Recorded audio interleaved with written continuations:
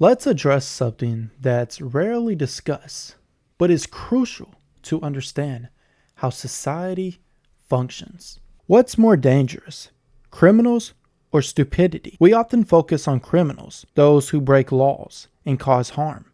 But the real danger to society may not be as obvious. It might just be the stupid people. Now let's first define what I am talking about. When I first say stupid, I'm not talking about the people who are less informed or face learning challenges. I'm talking about people who refuse to think critically, who make decisions without understanding the consequences, and who blindly follow ideologies. These individuals don't just make bad decisions, they spread those bad decisions to others. Criminals, on the other hand, are those who break the law and cause harm to others, often with clear, identifiable intent. Their actions are dangerous, but they are straightforward to spot and deal with. Stupidity, however, is quiet.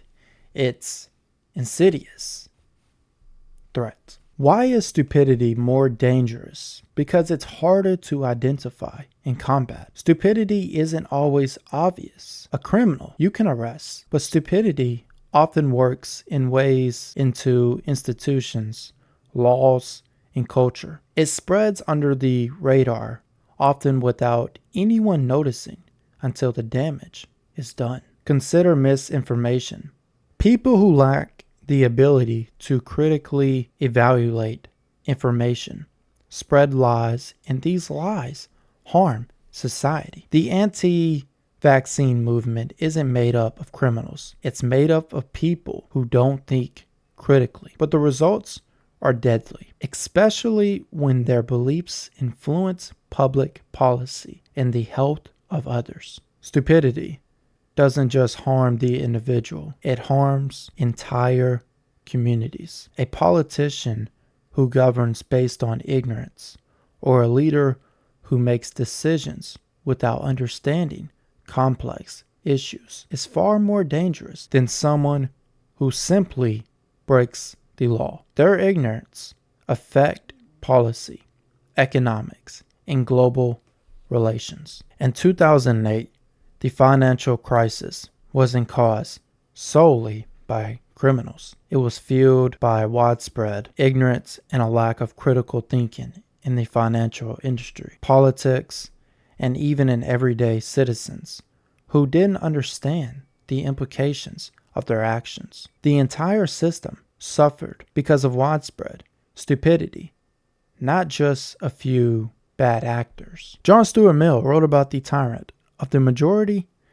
He warned that when the majority of people hold ignorant belief, they force everyone else to confirm. Stupidity isn't just dangerous, pervasive. It's dangerous because it becomes institutionalized. The majority of people who hold false beliefs or refuse to question their assumptions create a culture where bad ideas are allowed to thrive. Think about past political movements that led to war, obsession, and suffering.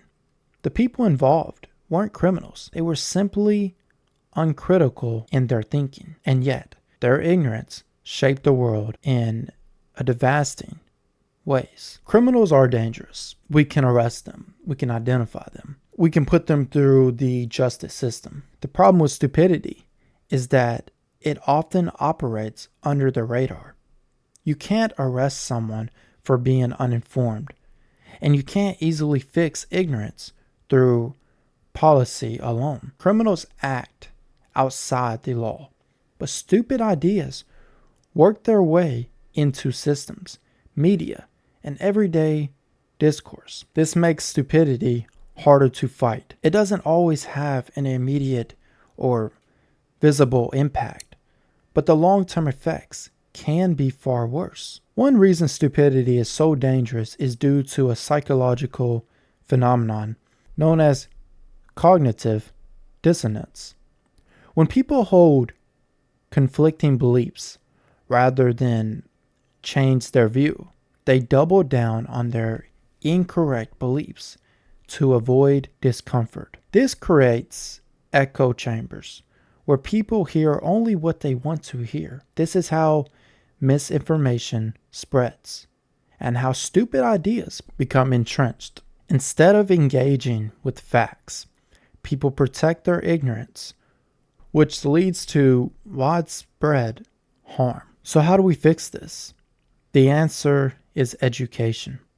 Real education. Not just teaching people facts, but teaching them how to think critically.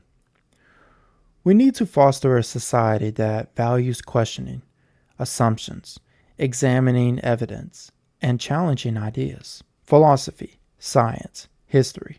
These fields teach us to think. They provide us with the tools to analyze, question, and understand the world. If we want to reduce the threat of stupidity, we need to invest in critical thinking from a young age and make sure it's a priority at every level of society. To wrap up, criminals are a clear and present danger, but stupidity is a far more pervasive threat. It operates quietly and spreads without warning, creating long-term harm that's much harder to address. It's not just about individuals, it's about systems and societies being built on ignorance. The only way to fight this threat is through education, awareness, and a commitment to critical thinking. Because if we don't challenge stupidity, we risk letting it control the future. The real danger isn't just crime, it's ignorance. Criminals break the law, but when people in a society stops thinking critically, it can break itself. And that can be a very, very big problem. If you enjoyed this video, be sure to like, subscribe. Let's try to get 600 subscribers before next month, if possible. If not, that's okay. Be sure to share this with your friends and leave me a comment telling me you enjoyed the video. All right. You have a good day.